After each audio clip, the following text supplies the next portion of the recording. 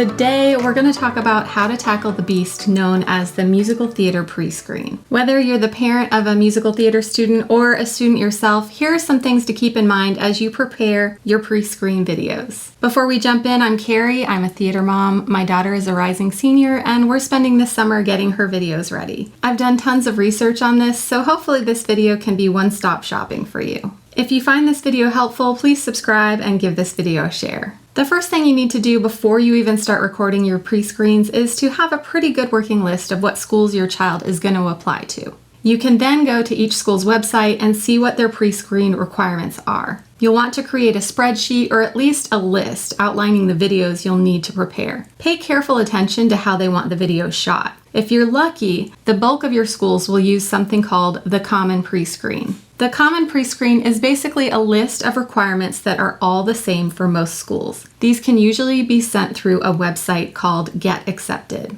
I'll list a link to the Common Prescreen website down below. It's a great jumping off point because they have a list of all of their participating schools. So you can just go down the list and match that up with your school list, and that will let you know right away which schools have the Common Prescreen and which ones you need to look at their website more carefully. The Common App prescreen requirements don't seem to change very often. Here's what's usually required, but make sure you go to their website and double check. Most schools want 2 contrasting song clips that are about 1 minute long. One should be from the golden age and one should be contemporary. Also, one should be up-tempo, whereas one should be a ballad. Generally, schools require that these be shot in a 3/4 shot, including the top of the head to about the knees. They will also need 1 or 2 monologues that are contrasting and about 1 minute long. Most schools want one of those to be contemporary and one of them to be Shakespeare or something written around the same time as Shakespeare. Some schools only require 1 contemporary monologue, and others don't specify that the second monologue has to be Shakespeare. So in that case, both of the monologues could be contemporary, but they should still be contrasting. The contemporary monologue should be shot in close-up, meaning the top of the head through the shoulders should be in the shot.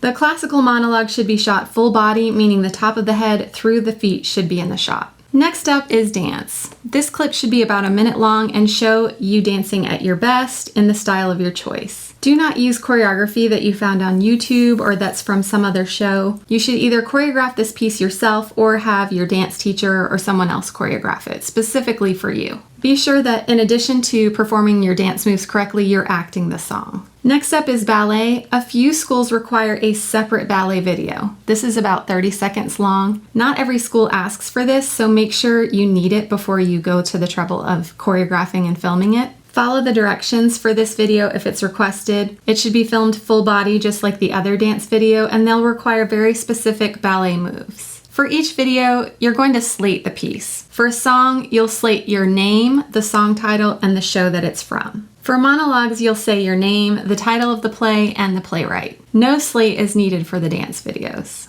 As you can see, there are many variables here. That's why you have to check each school and keep a careful list of what is required for each one. While you're making your list, go ahead and add the deadlines for submission for each school. You'd hate to go to all this work only to miss the deadline for a school. Once you're ready to film your prescreens, you might want to schedule one day just to troubleshoot and work out any issues with equipment and lighting. Basically, plan for these videos to be thrown away. It'll take the pressure off. Once you feel good about the lighting and the sound, then you can get ready to try to record the videos you actually want to submit. As you prepare, pay close attention to having good lighting, a clean background, and quality sound. A blank wall can work just fine. I've even seen some parents paint a wall in their house just for prescreens and then paint it back once that's over. Some students use sheets or something else to hang up in the background. If you use fabric, make sure it's smooth and wrinkle-free so that it's not distracting. Whatever color you wind up using as your background, make sure that whatever your child is wearing contrasts with that background. For example, you don't want to wear a dark colored dress and stand against a dark colored background. Make sure wherever you're recording doesn't have background noise, keep pets out of the way, and make sure everyone in the house knows that you're filming.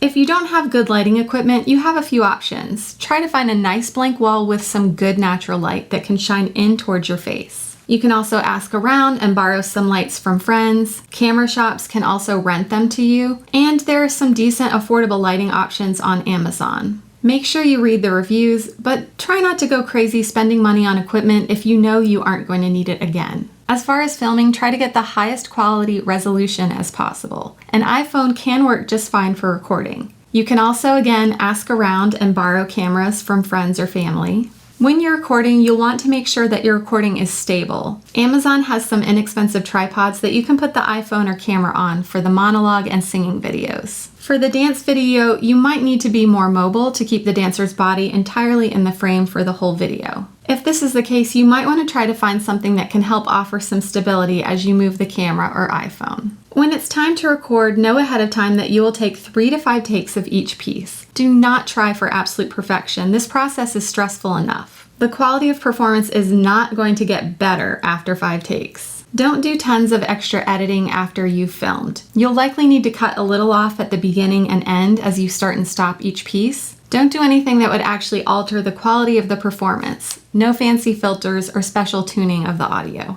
Pay attention to what is worn for the video. It should be similar to the outfit your child would wear for auditions or even the same outfit they plan to wear. The outfit should be wrinkle-free. Remember, this process is long and crazy. Don't let it get you down. This is just a matter of finding the right fit between the student and the school. Not getting into a particular school isn't a rejection. These schools get so many submissions and they are choosing so few students for their program. Selecting students for their program is similar to casting a show. They want the right balance in their program. So they're likely taking things like voice type and appearance into consideration. Meaning they only want a certain amount of altos, they only want a certain amount of Caucasian girls with brown hair. Just realize that all you can do is make the best recording possible. Make sure it represents who you are, and the right program will see that and you'll wind up where you're meant to be. I hope this video was helpful for you and can help take some of the stress and pressure off as you get ready to film these pre-screens. If you found this video helpful, give it a like and a share. Be sure to hit subscribe. Thanks for watching, and I'll see you again next week.